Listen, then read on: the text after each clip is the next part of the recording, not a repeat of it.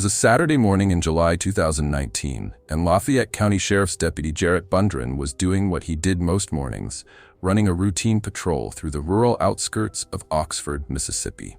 The Harmontown area isn't much, a few back roads, a lot of trees, the kind of place where the biggest concern is usually a stray dog or a busted fence. Sardis Lake sits out there like a forgotten mirror, quiet and dark and surrounded by land that doesn't get many visitors. Around 10:23 in the morning, Bundren came to a place called Buford Ridge, and there, on the ground near the water, he found her. A young woman, white, face down, shot multiple times. She was 21 years old. Her name was Alexandria Kostial. Everyone who loved her called her Ally.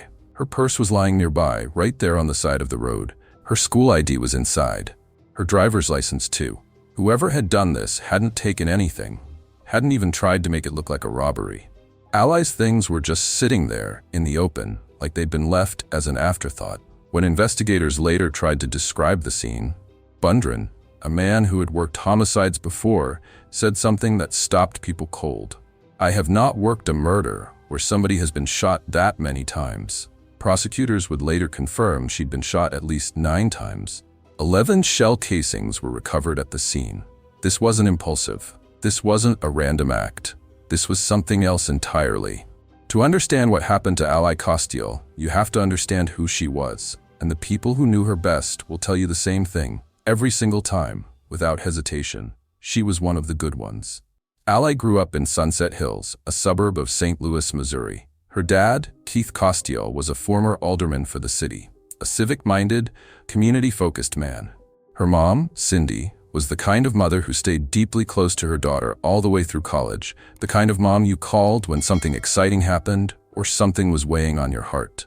At Lindbergh High School, Ally ran track, was a cheerleader, played golf. She was the kind of kid who did a lot and somehow managed to do it all with a smile. Her longtime friend Cassidy Desnoyers, who would also become her sorority sister at Ole Miss, described her as genuinely the brightest light I've ever come across. Her classmate Sarah Raviani would later say she saw Ally on campus the day before she died, walking around, smiling, full of that particular energy she always carried. "Every day when I saw her," Raviani said, "I thought to myself that I should be thankful and happy, just like Ally always was." That's the thing about Ally that you hear over and over again. She wasn't remembered as perfect. She was remembered as warm, as real, as someone whose presence made you feel better about the world.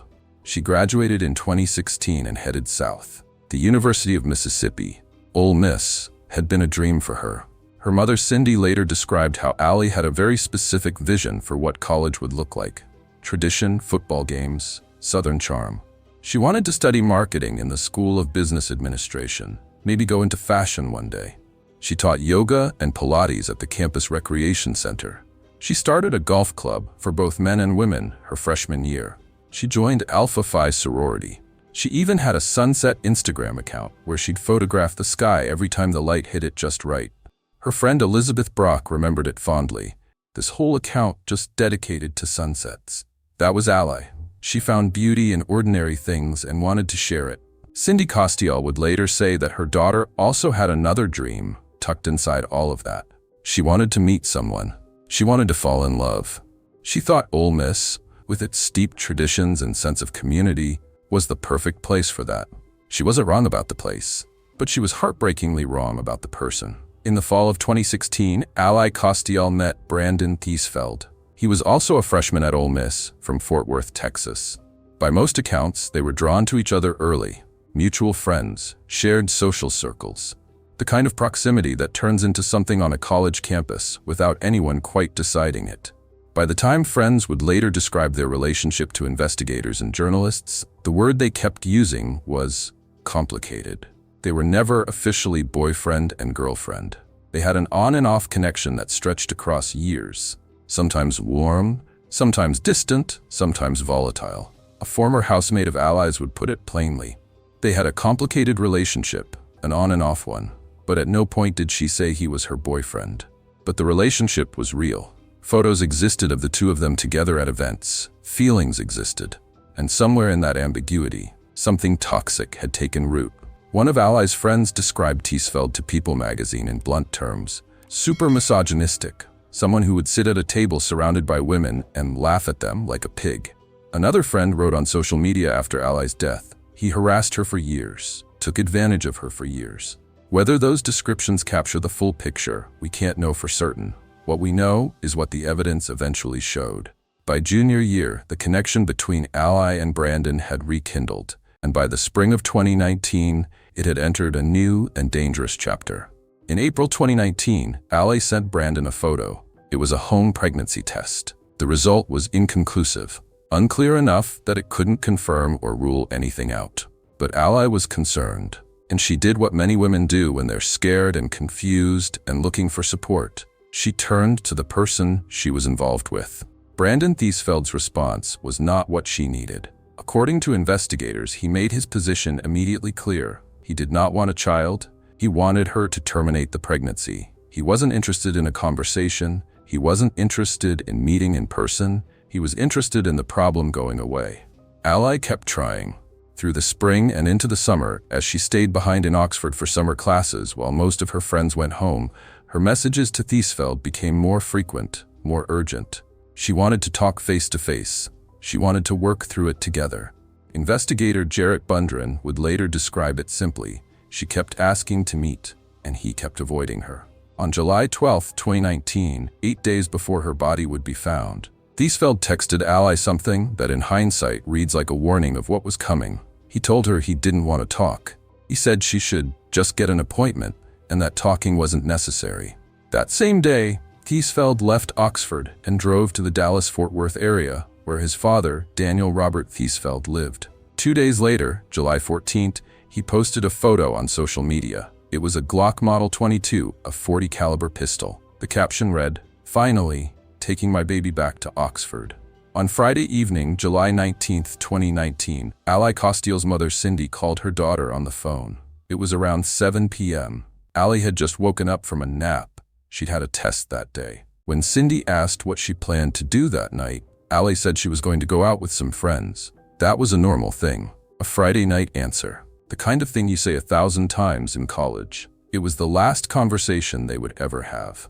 Later that night, at 11:52 p.m., surveillance cameras in Oxford Square captured Ally walking out of a bar called Funky's. She headed east down Jackson Avenue toward the square. At 11:57 p.m., she climbed into a silver minivan, an Uber, at the corner of Jackson Avenue and Courthouse Square. The minivan pulled away 30 seconds later, heading west. Shortly after midnight, Ally arrived at her apartment at the Retreat at Oxford. Her roommate confirmed she came home. That was the last time anyone saw Ally Kostial alive in Oxford. What happened in the hours that followed, between midnight and 2:30 in the morning, on that dark 45-minute drive out to Sardis Lake, is something only one person knows the full details of. And that person eventually chose to confess. Sometime between 2:15 and 2:30 a.m., a person in the area near Buford Ridge reported hearing gunshots while walking their dog.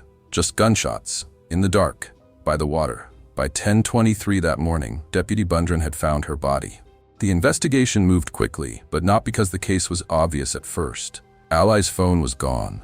Investigators knew that almost immediately when they went to her apartment. Someone had taken it, or it had been taken from her. Either way, it was missing. But Ally had an Apple Watch, and the Apple Watch was still there, sitting on a surface in her apartment, holding the last threads of her digital life. Investigator Jarrett Bundren later described it as the first real break in the case. Through the watch, investigators were able to access a chain of text messages that told a story. Messages Ally had sent. The name on the other end kept appearing. Brandon. They started calling her friends. According to CBS News, the name Brandon kept coming up. Every person they reached out to, every friend who cared about Ally, pointed in the same direction. When investigators finally got Brandon Theesfeld on the phone on Sunday afternoon, July 21st, and asked him to come in for a conversation about Ally's death, he agreed. He said he'd be at the station Monday morning at 8:30. He never showed up. By Monday morning, July 22nd, Theesfeld's failure to appear had shifted the situation. Investigators obtained an arrest affidavit under exigent circumstances and began tracking his cell phone. The data showed he wasn't in Oxford anymore. He was driving northwest, toward Memphis, Tennessee, toward home. Authorities issued a BOLO, be on the lookout, for Theesfeld's vehicle. a pickup truck that, in an almost absurd detail, had a personalized license plate that read, "It didn't take long." About 2 hours later, with assistance from the Memphis Police Department's Fugitive Task Force, Brandon Theesfeld was arrested at a gas station in South Memphis. He stopped for gas. They were waiting. When they took him into custody, they found blood on him. Inside his truck, a .40 caliber firearm, the same caliber used to kill Ally Kostial. Investigators also found, back in his Oxford apartment, a letter Theesfeld had written over the weekend of the murder. The letter was personal, rambling, and deeply dark. In it, he wrote, "I've always had terrible thoughts. Those thoughts have been fueled by cocaine and alcohol. And then, I think this is the end for me. I'm either going to prison or to die." He knew exactly what he'd done. Brandon Theesfeld was booked into the Lafayette County Detention Center on July 22, 2019. The charge listed next to his name shifted over those first chaotic days. First hold, then murder, then briefly obscured, then confirmed. On August 30, 2019, a grand jury indicted him on capital murder, a charge that carried the possibility of the death penalty. He pleaded not guilty. His defense attorney, Tony Ferrace, would become central to how the next 2 years played out.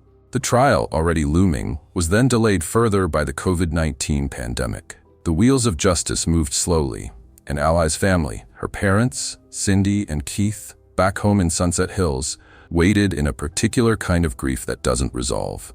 The kind where you know what happened, you know who did it, and you still have to wait for the world to catch up. In October 2020, Theesfeld underwent a mental health evaluation. The result? He was found competent and sane, mentally capable of standing trial. The case was ready, but then came a deal. On August 27, 2021, more than 2 years after Ally's body was found at Buford Ridge, Brandon Theesfeld appeared in court at the Lafayette County Courthouse. He entered a guilty plea to first-degree murder. The capital charge, the one that could have meant death, was reduced as part of an agreement between defense attorney Tony Ferrace and the state. In exchange, Theesfeld received a mandatory sentence of life in prison. Assistant District Attorney Mickey Millett stood before the court and read aloud the state's evidence. He described how Costile and Theesfeld had met at Ole Miss, how their friendship became romantic from time to time, how the spring of 2019 brought a pregnancy scare that spiraled into something irreversible. Millett also addressed what had become one of the persistent narratives around the case, the question of whether Ally had actually been pregnant. Attorney Ferrace confirmed she was not. The autopsy showed no evidence of pregnancy. But the fear of it, the photo of that inconclusive test, the arguments that followed, was part of the underlying theme of their relationship. Ally had been killed over something that wasn't even real. Or rather, she had been killed because of the fear she represented to one person. Because of what she wanted. Because of what she was asking for. Before the hearing concluded, Theesfeld read a statement he had prepared. "I am sincerely sorry for the pain I've caused while taking Ally from you," he said. "My actions have forever changed your lives, and my family's lives. I wish I could take it all back, but I can't. There is no excuse for my actions, and I have asked God for forgiveness. I hope one day that you will find it in your heart to forgive me." Then the Costile family spoke. Cindy Costial's statement was read aloud in court by Assistant District Attorney Millett. There is no clean way to summarize what a mother says when she is given a few minutes and a microphone, and the person who murdered her daughter is sitting in the room. Cindy's statement covered the love she had for Ally, the moments still ahead of them that were stolen, the future that Theesfeld had extinguished, and it landed on something raw and absolute. "I wish I could have kept her away from this evil, callous, scheming, ungrateful, sinister and violent and corrupt monster. He had every opportunity to do good in the world, but he chose to do evil. Brandon, you belong in jail each day for the rest of your life for the heinous act you committed to such a sweet soul and ally. Every time your cell door slams shut, may it be a reminder for what you did and the life you took from us." Keith Costile also submitted a statement. He had been the first parent to tell the public that his daughter was gone. A Facebook post from Sunset Hills, Missouri, a few days after it happened, written by a man who was also once an alderman and now was something simpler and more devastating. A father who had lost his child. Brandon Theesfeld is now serving his life sentence at the Mississippi State Penitentiary, known as Parchman Farm, in unincorporated Sunflower County, Mississippi. Under Mississippi law, he will be eligible to petition for conditional release at age 65, provided he has also served 15 years of his sentence. CBS's 48 Hours covered this case in a 2022 episode titled What Ally Kostial Didn't Know. The title is the one that lingers, because what Ally didn't know is at the center of everything. She didn't know that the pregnancy test she was afraid of, the one that had set everything in motion, was inconclusive for a reason. The autopsy confirmed she had not been pregnant at the time of her death. All of those urgent texts, all of those requests to meet and talk and work through something together, they were built on a fear that wasn't confirmed. She didn't know what Brandon Theesfeld was capable of, even though people around her had seen signs. Friends described him as misogynistic, volatile, the kind of person who treated women as entertainment. Ally's friends later told investigators about arguments, about moments in their relationship that should have been red flags. She didn't know that when she texted him that Friday night, reaching out one more time, asking to meet, he was already somewhere else in his mind. That he'd already decided something. That the letter found in his apartment, the one about terrible thoughts and cocaine and alcohol and "I'm either going to prison or going to die," was already written. She thought she was going to have a difficult conversation. She had no way of knowing it would be her last one. After Theesfeld's guilty plea, his mother, Carrie Clay, asked attorney Farace to share a statement with 48 Hours. When I heard Brandon was being spoken to by the police, I still had no single thought it could be him. Now, after 2 years and knowing more of the details of their relationship, I am heartbroken for every person this impacts, and crushed that our son did not share with us any of the turmoil he was trying to manage. I encourage every parent to regularly sit down with their children, teenagers, young adults, and discuss with them that there will never be anything too big, too complicated, too out of control that they cannot tell you about. It's a complicated thing to hold. The grief of a mother who raised the person who did this. There's no good place to put that.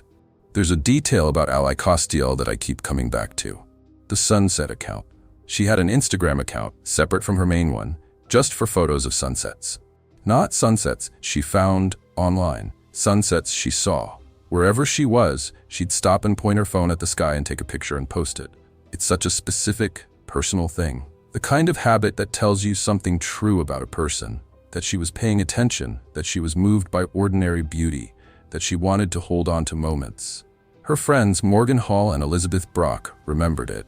Her best friend from home, Maddie Norris, the one who took Ally to prom as her date when Ally couldn't find one, and laughed about it, remembered how Ally could light up a room just by walking into it. "She was like my sister," Norris said.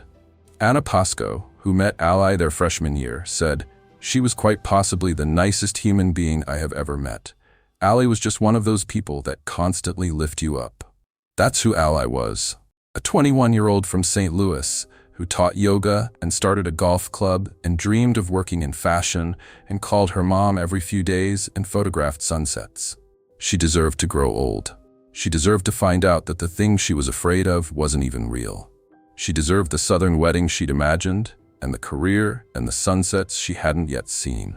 Brandon Theesfeld took all of that. On a dark road by a lake, in the early hours of July 20th, 2019, he shot her at least 9 times and drove away.